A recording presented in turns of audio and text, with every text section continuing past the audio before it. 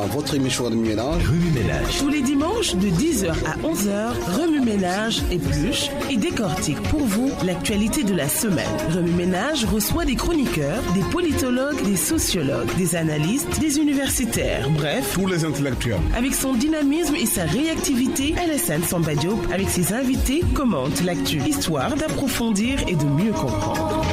Remue Ménage. Politisez-vous. 10 jeunes intellectuels lancent un appel à la jeunesse pour faire la politique autrement. Quelle analyse en faire? Quelles sont les conditions de changement de paradigme entre autres? Depuis quelque temps, les insulteurs publics ont pris possession de l'espace public. Quelles en sont les causes, les conséquences et les remèdes au phénomène? Alioune Ardesso, PDG de CSE, patron discret, a tiré sa révérence. Il est décédé. Comment s'inspirer de son œuvre pour un patriotisme économique efficace? Quel rôle pour l'État?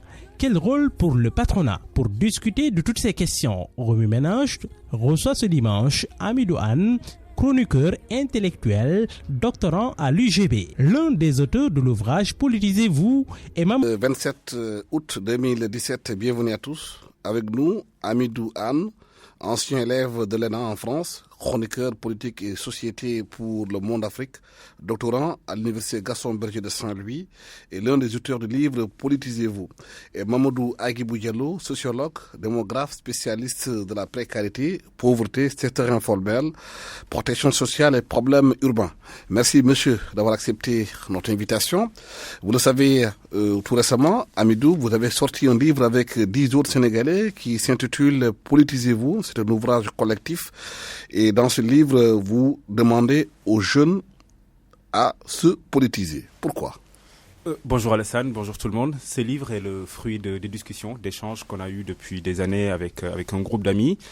Et on s'est dit pourquoi pas mettre sur un document le fruit de nos réflexions, nos échanges, mais aussi nos contradictions, parce qu'on a aussi des divergences de fond sur la manière de voir notre pays, des orientations politiques et idéologiques. Donc l'idée, c'est juste de dire voilà, il n'y a pas de place au fatalisme pour la jeunesse sénégalaise et africaine, qu'il y a un autre chemin d'espoir qui est encore possible. Face à la décrédibilisation de la parole politique, face aussi au rejet d'une grande partie de nos citoyens, notamment de la jeunesse, de la chose politique, il n'y a pas de fatalisme. La jeunesse doit s'engager en politique, la jeunesse doit se politiser, comprendre les rapports de force en jeu dans l'espace public, comprendre les enjeux du vivre ensemble, les enjeux de la citoyenneté et de la République, et aussi essayer d'apporter des solutions à nos problèmes qui sont disparates et divers, mais qui se regroupent tous dans un schéma politique. Quand on parle d'éducation, quand on parle de santé, quand on parle d'écologie, quand on parle de citoyenneté, c'est des questions certes diverses, mais qui se regroupent sous un chapiteau politique. Donc, comme dirait Sankara, les problèmes de l'Afrique sont politiques, les solutions également sont politiques. Voilà le pourquoi de ce livre. Donc, c'est 10 contributions de 10 jeunes hommes et femmes sénégalais et qui ont chacun traité d'une thématique particulière. Est-ce que vous pensez, Mamadou Diallo, que les jeunes ne sont plus politisés ou bien ils sont politisés autrement? Merci de m'avoir invité, M. Diop. Les jeunes ne sont plus politisés, je ne pense pas. La politisation de la jeunesse ne date pas d'aujourd'hui. Souvenez-vous des jeunesses libérales, des jeunesses socialistes, des jeunesses communistes, etc. Donc la jeunesse est au cœur de la politique depuis l'indépendance. Elle a accompagné cette jeunesse-là, l'ascension à l'indépendance et la construction de l'État. La politique avec la jeunesse, elle se fait depuis très longtemps au Sénégal. Maintenant, ce qui est nouveau, peut-être, c'est de considérer la politique comme un moyen d'ascension sociale. C'est ça qui est nouveau. Nouveau, entre guillemets, là aussi. Parce que chacun trouve son intérêt à faire de la politique. Je suis d'accord avec monsieur que la jeunesse doit être politisée au sens d'intégrer les jeunes dans des systèmes qui permettent de gérer la cité. Mais le problème qu'on voit actuellement, ce n'est pas ça. C'est j'ai échoué quelque part dans un secteur donné et je dois faire de la politique pour avoir quelque chose. On attend de la politique autre chose que gérer la cité. C'est ça qui est nouveau et c'est ça qui caractérise actuellement la jeunesse et la politique sénégalaise. Est-ce que votre cri de cœur, Politisez-vous, est un constat d'échec de la génération intermédiaire entre celle des pères fondateurs et celle qui devait transformer le continent, c'est ça? Mais bien entendu, Politisez-vous, qui peut paraître comme une injonction, mais aussi comme un cri du cœur, mais aussi juste comme un constat, et le constat de deux choses, et le constat de l'échec de la génération post-indépendance, parce que nous lui reprochons beaucoup de choses.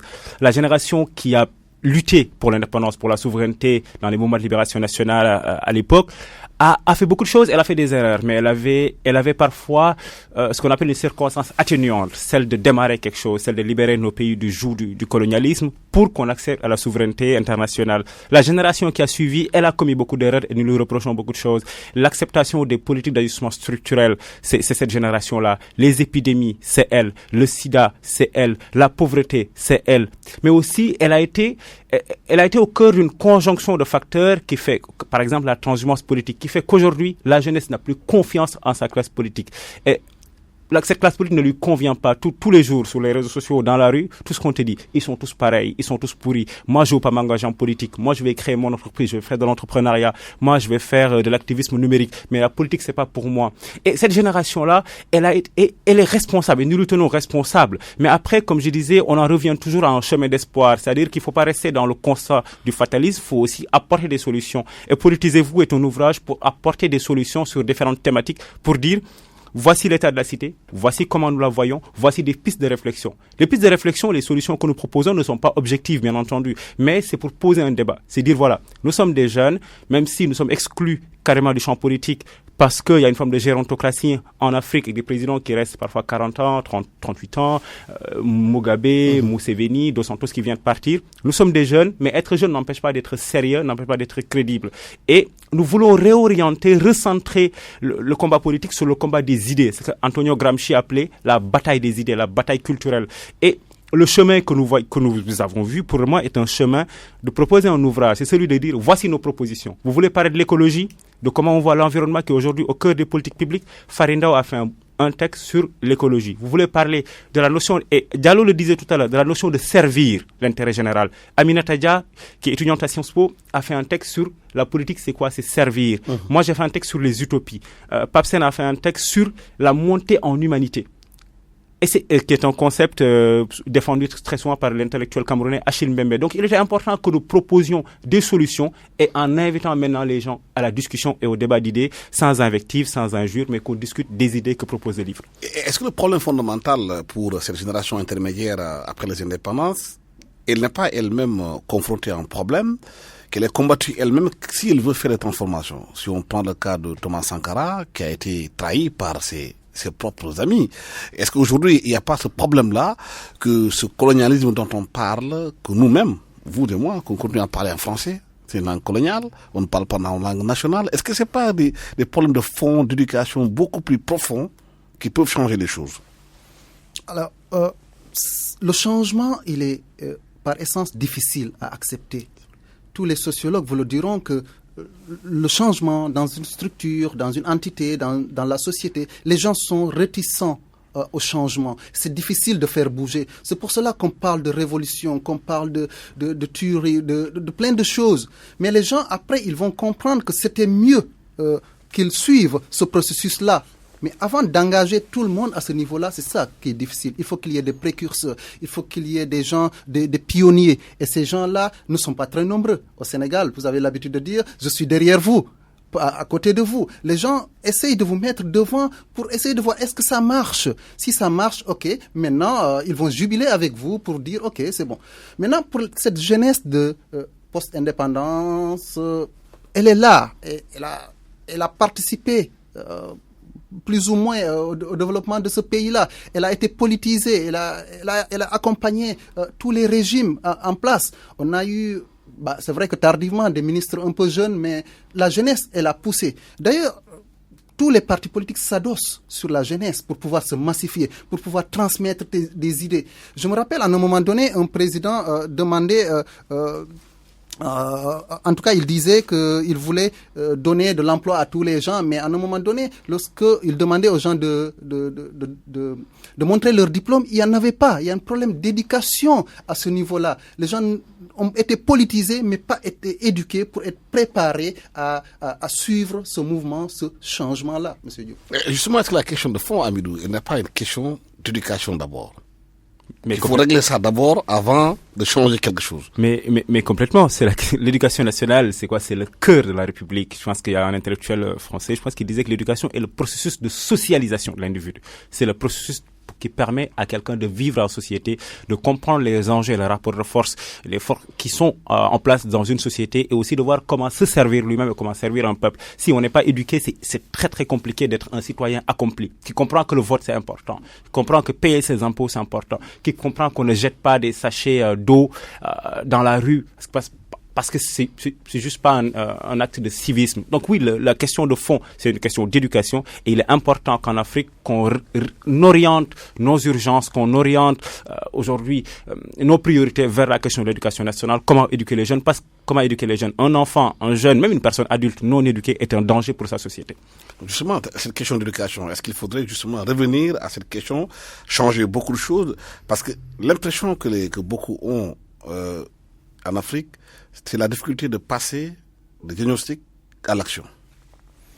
Oui, il y a beaucoup de choses qui se cachent et qu'on ne maîtrise pas malheureusement. C'est vrai qu'en termes de volonté, de souhait, cela existe au niveau des gens, au niveau des acteurs, mais beaucoup de blocages aussi, beaucoup de contraintes existent Je prends l'exemple souvent des présidents qui arrivent très motivés en Afrique et à un moment donné, après 100 jours au pouvoir, ils se rendent compte que non, c'est pas ce qu'ils avaient pensé et qu'il y a plein de contraintes qui sont là qui ne permettent pas d'arriver à l'action, surtout l'action positive.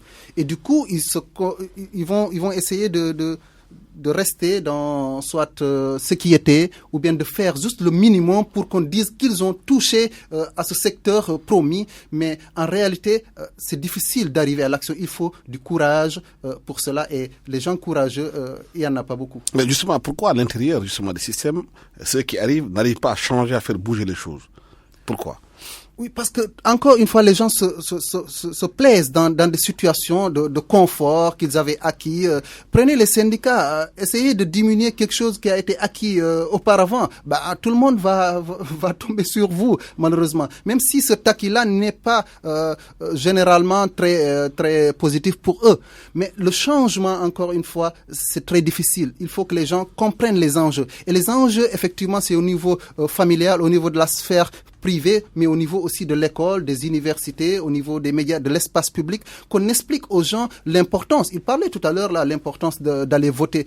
Il faut que les gens apprennent que c'est important d'aller voter, que c'est important de payer ses impôts, et que lorsqu'on paye ses impôts, c'est pour aussi avoir quelque chose en contrepartie, un espace vert, un hôpital à côté, un jardin public, je sais pas, mais quelque chose qui fait qu'on sent qu'on a payer l'impôt à ce niveau-là. Mais l'action, elle est très difficile. Combien de fois, Monsieur Diop, des marchands ambulants ont été déguerpis de leur place publique, et que quelque temps après, on se dit, finalement, il vaut mieux les laisser là et on continue à faire notre chemin. Oui, justement, Amidou, comment rendre possible l'impossible et délimiter de nouveaux territoires d'opportunités, comme tu le dis dans ton papier, dans un pays ou dans un continent où la pauvreté est extrême?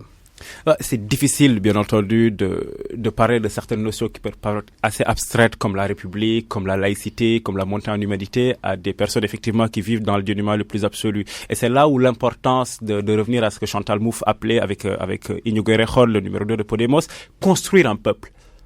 Au-delà aujourd'hui de notre diversité, de nos ethnies, de nos langues, de nos régions et de nos territoires, comment faire sens ensemble? Comment faire citoyenneté ensemble, comment construire un peuple entre aujourd'hui les différentes forces centrifuges qui ont cours dans l'espace public, c'est-à-dire aujourd'hui les élites politiques, les élites économiques, on en parlera, mais aussi les élites religieuses. Comment aujourd'hui arriver à une conjonction aujourd'hui de toutes ces intelligences-là et de tous ces bras aussi pour arriver à faire peuple. Et c'est hyper important. Et Diallo le disait tout à l'heure sur la question de la réticence au changement.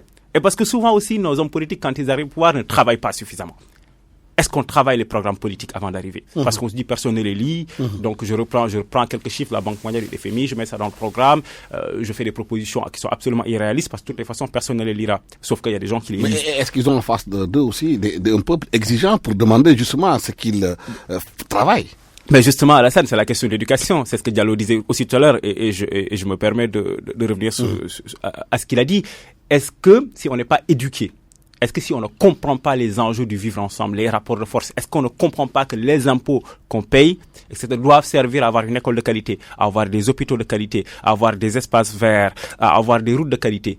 parce que c'est aussi notre argent. Si on ne comprend pas ça, c'est compliqué d'être exigeant vis-à-vis de nos dirigeants. Et souvent, c'est après finalement le fatalisme de Yalla Barna, ou dit oui, de toute façon, c'est Dieu qui l'a mis ici. Quand Dieu décidera que c'est cet homme politique-là, ce député, ce maire, ce président de la République, quand Dieu décidera que c'est sa fin, il partira. Alors que nous ne sommes pas très exigeants. Et ça aussi, c'est un problème de l'éducation nationale et du culte de la citoyenneté qu'il faut mettre au devant de la scène. Et juste pour finir, sur l'exigence. C'est très important de faire bouger les lignes et c'est possible. Moi, je dis toujours, peut-être que la question du comment se pose, mais la question du on peut le faire ou pas, c'est possible. Quand on a vu le Rwanda en 1994, 800 000 morts en 3 mois.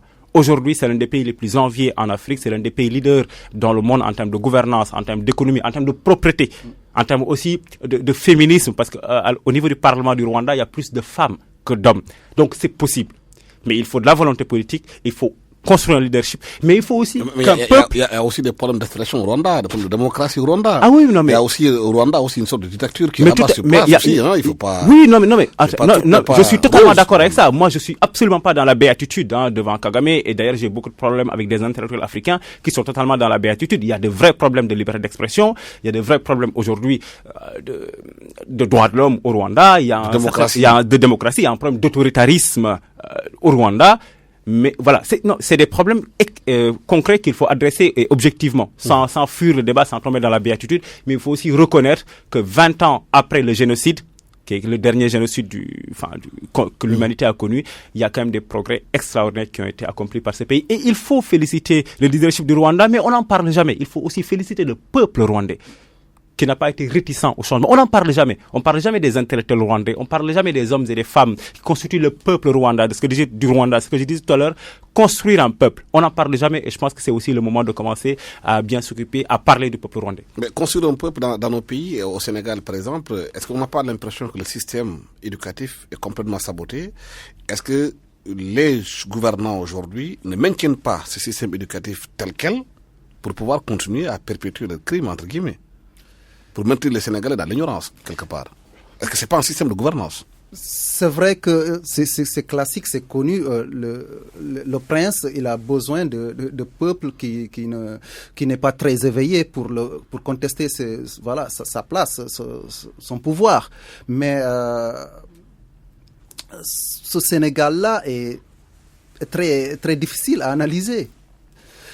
Les gens entretiennent des clients, les gens entretiennent des relations, les gens entretiennent des intérêts politico-économiques que nous ne maîtrisons pas. Pas tout à fait. Mais l'éducation nationale, c'est quelque chose de prioritaire dans un État. L'éducation, la santé, voilà. Mais quand on prend des valeurs, j'ai rien contre certains qu'on montre à la télé, mais quand on montre des modèles pour dire que voilà à quoi doit ressembler le futur Sénégalais, je suis désolé. Un peuple ne se construit pas sans éducation, c'est impossible.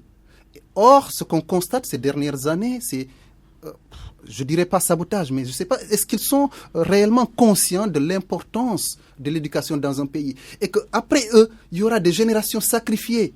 Je prends l'exemple de ceux que j'appelle les virtuels, l'université virtuelle. C'est quelque chose de pathétique à mon avis et que tôt ou tard, ces gens-là, ces milliers de jeunes vont revenir dans la rue et nous redemander qu'est-ce que nous avons fait d'eux.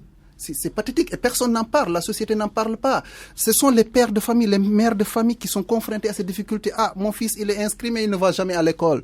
Oui, parce que ce système a été créé et que à la hâte, les gens n'ont pas été préparés à les jeunes, en tout cas les machines, les tablettes qu'on leur donne, c'est pour jouer. Ce n'est pas pour apprendre. Et du coup, l'éducation doit être repensée. Mais ce qu'on constate, c'est un bras de fer qui existe au niveau du secondaire, du primaire, du lycée, de l'université entre les acteurs de l'éducation.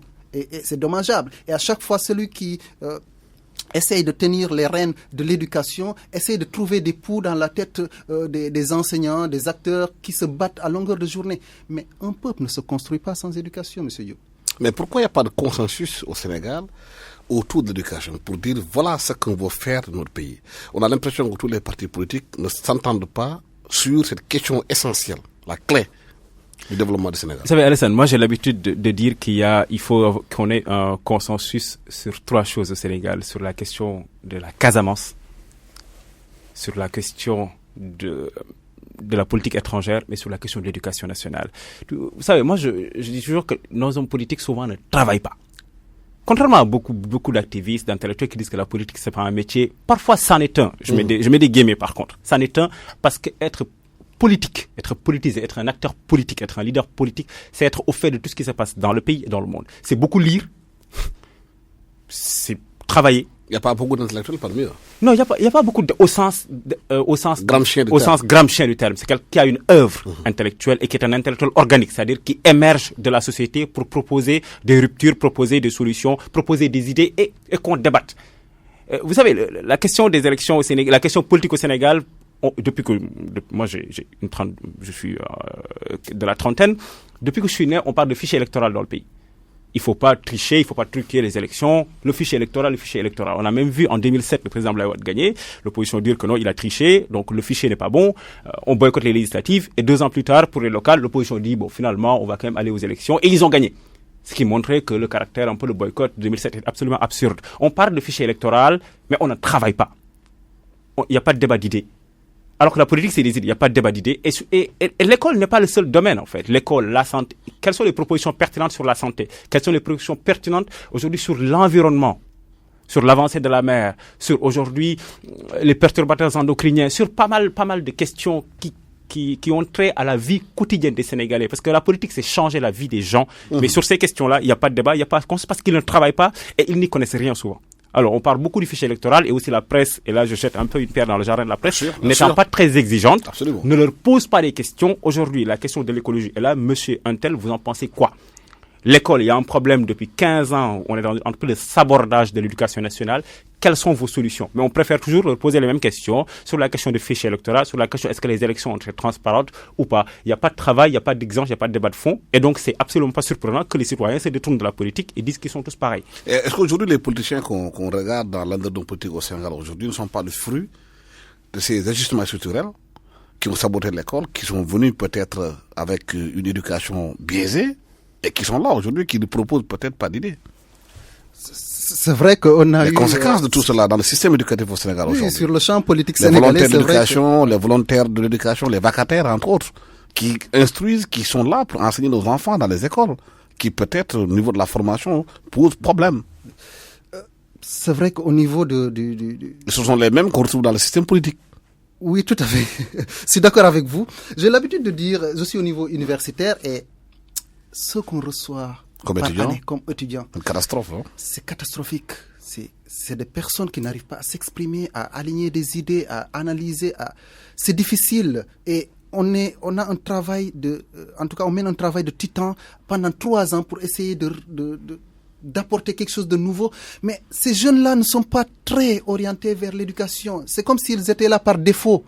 C'est vrai qu'il n'y a pas une motivation en amont pour leur faire comprendre que l'éducation, l'instruction, l'université... Est-ce qu'ils ne sont pas victimes, ces jeunes, d'un système qui a été mis en place depuis longtemps?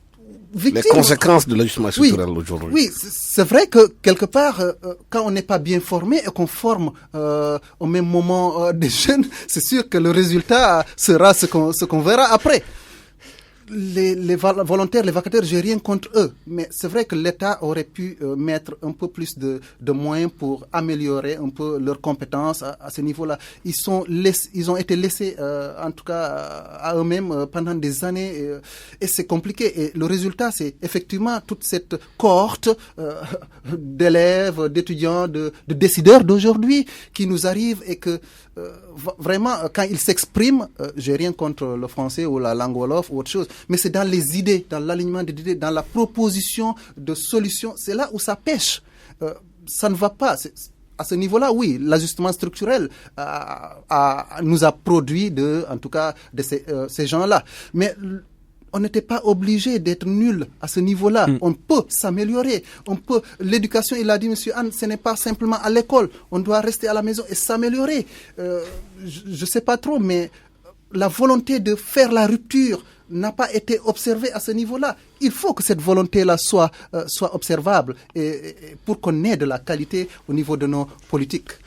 Sur ce point, je rejoins totalement M. Diallo. Il faut, encore une fois, sur la question de l'exigence, on ne doit pas tolérer une classe politique médiocre. On l'a suffisamment fait, on ne le fera plus. J'ai l'habitude de dire que les enfants ont grandi, ils ont lu. Maintenant, c'est les jeunes accomplis et qui ont compris, en tout cas qui sont sur le chemin de l'accomplissement, parce que je pense qu'on ne s'accomplit jamais totalement. On ne le tolérera plus.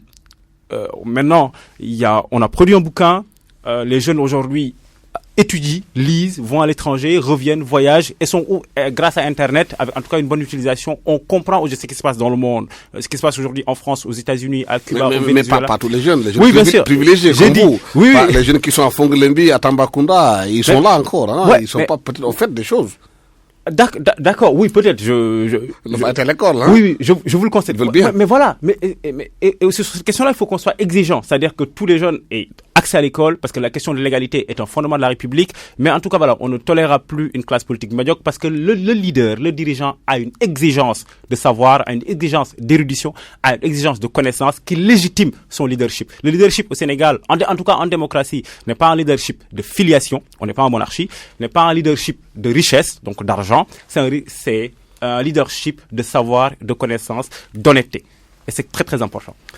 Aujourd'hui, on constate dans l'industrie politique sénégalaise, puisqu'on parle de leadership, un certain nombre de personnes qui sont sorties des réseaux sociaux, qu'on appelle des insulteurs publics, avec Hassan Diouf entre autres et d'autres qui sont mis. Ce phénomène semble avoir surpris beaucoup de Sénégalais, parce que du point de vue de la culture, les Sénégalais ne connaissent pas cette façon de faire. Mais qu'est-ce qui peut l'expliquer? Quelles peuvent être ces motivations-là? Pourquoi les gens ont décidé qu'Internet est devenu quelque part pour eux un exutoire? Monsieur Diop, je suis surpris en fait un peu lorsque les Sénégalais pensent que c'est quelque chose de nouveau, les insultes. On n'a pas importé les insultes. Ça fait pas de notre culture, entre guillemets, quelque part. On n'a pas importé les insultes. Elles font partie de notre société. N'est-ce pas? Comme elles peuvent l'être pour de nombreuses sociétés aussi. Regardez, les insultes sont en langue nationale. En tout cas, les insultes-là sont comprises par une majorité de la population. Peut-être que la nouveauté, c'est que les insultes sont maintenant publiques. Peut-être qu'ils étaient confinés dans un espace. Là aussi, je ne pense pas qu'on peut parler en termes de nouveauté du public, du privé. Les insultes ne sont pas simplement dans la sphère privée au Sénégal. Elles sont dans la sphère publique aussi. Regardez combien de personnes se sont insultées devant nous en public, au niveau des marchés, au niveau des médias, et ainsi de suite. Mais peut-être ce qui est nouveau et qui n'existait pas, c'est de faire passer les insultes par les réseaux sociaux. Oui, les réseaux sociaux n'existaient pas avant aussi. Mais les insultes au Sénégal, c'est pas quelque chose de nouveau, c'est pas quelque chose qu'on pourrait éradiquer. Est-ce qu'il est bon même d'éradiquer les insultes? Ça, c'est le sociologue qui parle. Est-ce qu'il est bon de les éradiquer? Parce que les insultes aussi, ce sont des exutoires, comme vous le dites. Ça évite d'aller à l'affrontement. Ça permet de pacifier des relations, des actions. Ça permet aussi, dans le cas des insultes via le cousinage à plaisanterie, de raffermir les liens, ainsi de suite. Mais est-ce qu'il est bon même de lutter contre? Maintenant, ce qui est nouveau, ce qui m'interpelle beaucoup aussi, c'est le fait que les gens s'intéressent beaucoup à des insultes via les réseaux sociaux. C'est comme s'ils n'écoutaient pas à longueur de journée. Dans les maisons, dans les transports publics, dans les marchés. Les gens ont l'habitude de ces insultes-là. Mais quand quelqu'un insulte via les réseaux sociaux et qu'il a 1000 likes, 1000 vues, ainsi de suite, oui, ça pose problème. Est-ce que les Sénégalais se plaisent à entendre ces insultes-là? Point d'interrogation. Est-ce que les gens, pourquoi ils sont curieux, en tout cas... Est-ce que c'est pas dû à l'image qui sort, la personne qui est derrière une télé? Ça fascine beaucoup de Sénégalais, hein, beaucoup de peuples. Les gens aiment les images, hein. Peut-être la gestuelle, la façon de le dire, avec le ton. Oui, peut-être. On a vu la petite fille qui insultait à travers le net. C'est vrai que c'est curieux de voir des jeunes, ainsi de suite. Mais regardez cette fille-là, elle a été éduquée. Elle a éduqué, en tout cas, des éléments d'insultes ont fait partie de son éducation. Et du coup, on ne peut pas dire que les insultes nous viennent de l'extérieur, c'est pas bon, ainsi de suite. Mais les images fascinent, c'est vrai. Mais c'est vrai que aussi, lorsqu'on empêche un peuple de s'exprimer, il va trouver un canal, un moyen de s'exprimer. Et les réseaux sociaux sont un moyen d'arriver à exprimer sa frustration à ce niveau-là aussi. J'étais d'accord avec Agibou jusqu'à la fin. Sur ce dernier point, je suis en désaccord avec lui, mais je vais revenir un peu au début. Et il a raison. Il n'y a pas plus de gens qui insultent en 2017 qu'en 1980. Il n'y en a pas. Voilà. Mais avant toute chose, d'ailleurs, j'aimerais dire que ça n'honore pas les gens. Il faut pas, voilà, insulter. Là, je suis en poulard qui va cesser un peu au Wolof. Saga youl. On n'insulte même pas un enfant, on n'insulte pas des compatriotes, on n'insulte pas un président de la République qu'on s'est choisi. Il y a aussi, voilà, il y a juste la politesse. Et il faut pas non plus qu'on exagère sur les choses. Et là, j'en veux beaucoup à des gens, à des autorités qui parlent, le Sénégal va mal. Voilà, il y a un danger qui va s'abattre sur le Sénégal parce que il y a un dégénéré mental qui insulte. Hein. Je pense qu'il y a de l'exagération. Faut aussi faire revenir les choses à leur vraie Mais justement, est-ce que la focalisation sur les insultes dans les réseaux sociaux de certaines autorités n'est pas quelque part une façon de masquer les vrais problèmes auxquels on doit s'occuper? Je n'espère pas. Les vrais problèmes. Mais peut-être, mais je n'espère pas. En tout cas, chacun est responsable. Ça peut être un système aussi de gouvernance aussi, hein. De concentrer les gens sur le péril pour qu'on s'occupe. Alors, n'étant pas dans le secret des dieux, je sais pas, mais en tout cas, j'espère juste que chacun exerce ses propres turpitudes, mais que c'est pas un système pensé et réfléchi, parce que je pense qu'on a d'autres urgences. Aujourd'hui, il y a les réseaux sociaux qui sont un stimulant, parce qu'aujourd'hui, c'est facile d'aller sur Facebook, sur Twitter, créer une chaîne YouTube pour insulter. Donc, je pense que juste ça fouette un peu les dérives et la dégénération mentale de certains. Mais quelque part, ça ne trouve pas aussi des frustrations des gens qui veulent exprimer leur ras-le-bol par rapport à quelque chose, qui décident de passer par les réseaux sociaux pour... Non, je pense que c'est pas aussi construit que ça. Vraiment, j'aimerais ne pas exagérer ce fait. Je pense que c'est des gens peut-être, parfois des dégénérés, parce que moi j'en ai vu certains, des dégénérés mentaux, parfois des gens juste assez mal éduqués qui insultent. Et pour revenir au désaccord que j'ai avec Diallo, je pense qu'il n'y a pas d'interdiction aujourd'hui de prendre la parole au Sénégal. On est quand même dans un pays libre où on dit ce qu'on veut. Dans ce pays, on dit ce qu'on veut. Et tout ceci aussi, c'est un peu les convulsions d'une démocratie, parce que la liberté d'expression existe au Sénégal. Les gens n'ont pas peur, parce que dans certains pays, on se lève du matin au soir, on a peur de dire ce qu'on pense. On a peur de... je vais pas vous suivre à la provocation. On a peur mais c'est pas faux. On a peur de dire ce qu'on pense, on a peur du matin au soir, parce que la police peut à tout moment venir nous chercher, parce que si on est sur les réseaux sociaux en train de dire ceci, on risque de finir très mal en prison, voire de disparaître. Je pense qu'il n'y a pas ce problème-là au Sénégal. Et cette liberté, cette démocratie au Sénégal provoque aussi parfois en tout cas, à des externalités négatives qui font qu'il y a des gens qui insultent parce qu'ils savent que rien ne va leur arriver. Ils vont aller à la radio, ils vont aller sur YouTube. Tout le monde les connaît parce qu'ils se cachent pas. On connaît leur adresse, on connaît leur nom. Ils ne se cachent pas. C'est des convulsions de démocratie. Mais il faut aussi que les gens, et on en revient toujours à la question de l'éducation, qu'on éduque même notre présence sur les réseaux sociaux, qu'on éduque notre présence numérique. Saga youl. Vraiment, s'il y avait juste un mot pour moi, pour résumer, c'est ça, saga youl. Voilà. Maintenant, qu'est-ce qu'il faut faire aujourd'hui pour gérer cette situation? L'exigence de la liberté d'expression et, comme vous le dites, une société qui connaît les insultes et qui en fait peut-être une façon de raffermir, comme vous l'avez dit, les liens sociaux. Lorsque les insultes arrivent, on est en phase de frustration le plus souvent. Et avant d'arriver là, il y a tout un espace de dialogue, de rapport, de pacifique qu'il faudrait avoir pour ne pas arriver à ce niveau-là. Comme le dit Amidou, c'est vrai que insulter, c'est pas quelque chose d'assez bien. De valorisant. Voilà, de valorisant. Mais dans une société où les insultes fusent à longueur de journée, à un moment donné... on se dit finalement c'est pas trop grave. Finalement c'est trop. Et lorsqu'on arrive à cette légèreté, à banaliser cela, c'est compliqué. Tant qu'on est jeune enfant, même là encore, vraiment il faut éduquer son enfant à ne pas y arriver. C'est encore tolérable, mais des adultes qui insultent des autorités. Ça peut se faire. Par exemple, en France, quelqu'un qui dit, il peut dire à une autorité qu'il a menti, sachant qu'il vient de dire qu'il n'a pas dit la vérité. Mais des insultes vraiment assez touchantes sur des filiations, sur des parties d'un corps, publié via les réseaux sociaux et que c'est accessible pratiquement à tout le monde. Tout ce qui est sur YouTube pratiquement est accessible. Et les gens ont accès à cela et c'est pas bon pour la cohésion sociale, c'est pas bon pour les rapports entre les personnes, entre les gens. Mais est-ce qu'en se focalisant sur ces insultes-là sur les réseaux sociaux, en interdisant ces insultes, en judiciarisation de cette affaire-là, on ne risque pas de créer d'autres insulteurs un peu partout? Mais carrément, et c'est le problème, encore une fois, c'est le problème général, et encore une fois, comme le dit Souleymane Bachir Diagne, il faut compliquer les questions, il faut les complexifier. Et complexifier la question revient à dire ceci. Le Sénégal, aujourd'hui, n'a pas de leçon de démocratie à recevoir de qui que ce soit dans le monde. On est un pays démocratique, on est un pays vraiment où les libertés d'expression sont réelles, etc.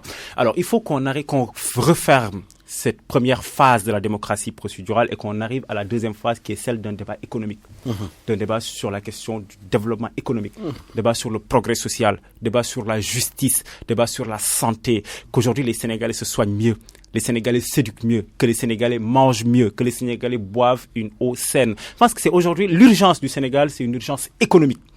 Ce n'est plus une urgence de démocratie procédurale d'élection, ça on sait faire.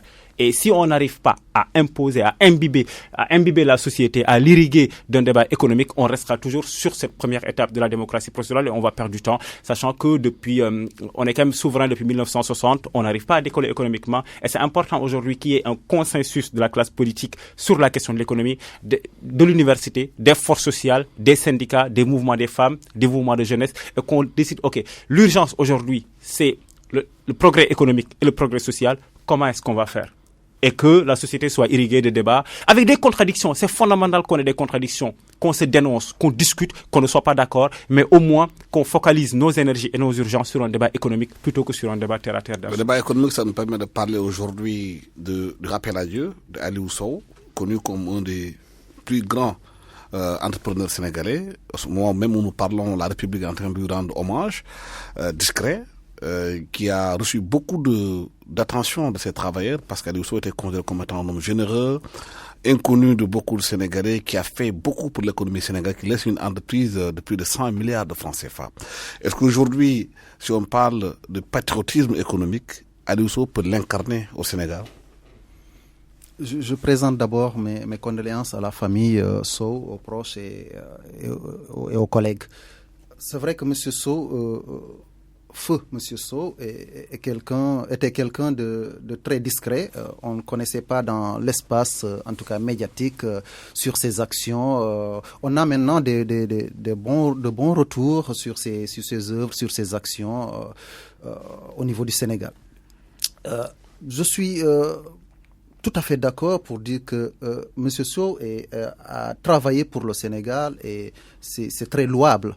Et si travailler pour son pays, c'est être patriote, oui, à ce niveau-là, M. Sow fait partie de ces patriotes et il mérite les honneurs de la République par rapport à ce qu'il a fait, ce qu'il a investi. Il a décidé de rester là, à employer des Sénégalais, à faire vivre des familles, oui. Il peut l'incarner à ce niveau-là. Et comme beaucoup d'autres personnes aussi au niveau du Sénégal. Le Sénégal ne va pas se développer par procuration. Ce sont les Sénégalais eux-mêmes, nous-mêmes, je veux dire, qui devons travailler pour ce pays-là. Et beaucoup d'entre nous, que ce soit les enseignants, les entrepreneurs, ont décidé de revenir au Sénégal pour travailler. Maintenant, c'est difficile à certains niveaux. Comme je disais tout à l'heure, par rapport au changement, les gens ne sont pas très prêts. Et, chacun essaye de garder quelque chose qu'il a pour ne pas qu'il perde cela. Mais oui... Il pourrait être vu comme quelqu'un de patriote et comme d'ailleurs beaucoup de Sénégalais qui sont actuellement ici à ce niveau-là. Oui, Abidou, au moment où on enterre Aliou Sow aujourd'hui, le débat sur le patriotisme économique se pose au Sénégal. Absolument. Qu'est-ce qu'il faut faire pour que justement que l'État du Sénégal puisse accompagner les entrepreneurs pour qu'ils puissent investir dans leur pays? Et justement, qu'est-ce que ces entrepreneurs doivent faire aussi pour qu'ils méritent la confiance de l'État? Okay. À l'instar de Diallo, je vais aussi m'incliner devant la mémoire de M. Aliou Sow et présenter mes condoléances à sa famille. C'est un homme qui est parti comme il a vécu, dans la discrétion et l'humilité. Et ce qui frappe surtout, c'est les témoignages des travailleurs, de ses employés, parce que souvent aussi on a l'habitude de voir des patrons qui exploitent des travailleurs. Et c'est important. Les témoignages positifs de ces travailleurs montrent aussi que c'est un homme bien, un patriote et qui a vécu en respirant le Sénégal au plus profond de lui-même. Alors, pour en revenir à votre question, c'est une question de souveraineté économique, c'est une question d'indépendance économique qui peut être corrélée aussi, mais ça c'est un autre débat sur la question de la souveraineté monétaire. Le pays ne sera pas construit par des étrangers, il sera construit par des Sénégalais. Et on ne peut pas poser un débat sur l'émergence économique, on ne peut pas poser un débat sur le développement économique et social en occultant la place importante que doit occuper le secteur privé dans l'économie du pays. Et c'est un rôle aujourd'hui des pouvoirs publics, c'est un rôle du leadership politique de soutenir et d'être à côté de ces entrepreneurs, de ces capitales d'industrie, de ces PME, mais aussi de ces entrepreneurs individuels, en l'instar de ce qui se fait à l'étranger. Aujourd'hui, on voit dans les pays comme en France où l'État est aux côtés de ces entrepreneurs. Quand les leaders politiques voyagent, partent souvent avec des entrepreneurs privés pour les installer et les insérer dans les marchés à l'étranger pour qu'ils captent des marchés publics. Donc, et c'est hyper important aujourd'hui qu'on mette un focus dans le débat public sur la question de l'économie. Et je reviens encore toujours sur cette deuxième phase de la démocratie qui est celle de l'économie. Voilà. Des dispositions sont prises. Il y a des choses qui sont en train d'être faites, notamment sur le dernier code des marchés publics, en son article 50, qui parlait de préférences communautaires. Parce que nous sommes, faut pas l'oublier, nous sommes aussi dans l'UEMOA, donc dans un marché intégré. Mais on peut aller plus loin. En mettant un focus sur le Sénégal, sur nos entrepreneurs, en les soutenant. Mais aussi le rôle, ces entreprises-là ont un rôle. Parce que aussi, là, un marché, c'est quoi? C'est une prestation de service. C'est aussi qu'on développe la qualité, qu'on développe l'innovation, qu'on développe les délais, qu'on soit beaucoup plus regardant sur les délais, beaucoup plus regardant sur la qualité, beaucoup plus regardant aussi sur la force des bras, sur les pères de famille et les mères de famille qui travaillent dans les entreprises et qu'on est très bien parce que c'est des Sénégalais. Et voilà, il y a une responsabilité partagée entre l'État et les entreprises. Et je pense que, voilà, il faut qu'on continue à discuter, qu'on continue à voir comment mettre en commun nos intelligences au profit exclusif de la souveraineté économique de notre pays. La souveraineté économique du Sénégal, aujourd'hui, comme il a dit, elle est supposée aussi être une souveraineté monétaire. Avec le franc CFA, c'est le débat qui est un peu posé avec Kémi Séba, aujourd'hui, qui a été mis en prison pour avoir brûlé un billet de 5 000 francs. C'est vrai que Kémi Séba a posé un débat qui est là, qui est posé par beaucoup de Sénégalais. Je pense que c'est mon avis personnel que la part de Kémi Séba n'est pas en prison. Et peut-être qu'on devait aller davantage poser le débat par des spécialistes de la question pour voir comment s'en sortir.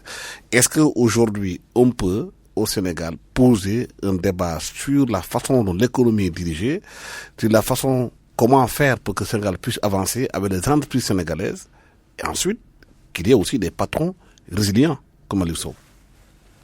Oui, le débat peut être posé au Sénégal, il n'y a pas de problème, on peut en discuter.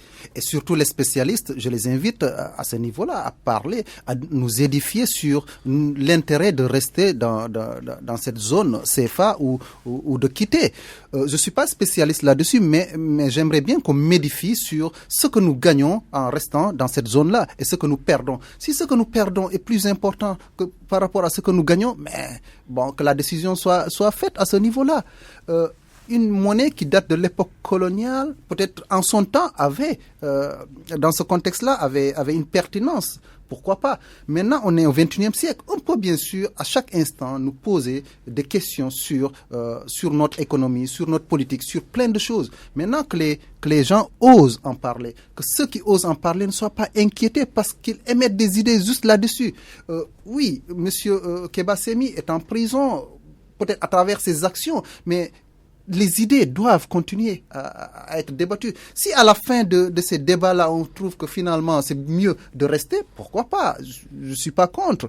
Mais avant tout, l'intérêt du Sénégal, l'intérêt de l'Afrique par rapport à ce niveau-là. Monsieur Sémi n'est pas isolé. Il y a eu des intellectuels, je ne sais pas, togolais ou burkinabés ou béninois qui en ont parlé. Ils ont parlé de ça. Mais qu'on ose en débattre, que nos économistes... Nana Korumpo, c'est un Togolais qui a posé le débat sur ça. Exactement. Il y a Demba Moussa Dembélé qui a posé le problème du franc CFA avec Ndongo Silla, entre autres. Tout à fait. Que les gens débatte à ce niveau-là, dans les espaces universitaires, dans les espaces publics, au niveau des médias, qu'on débatte à ce niveau-là. Et à la fin, on choisit le mieux. On choisit le mieux.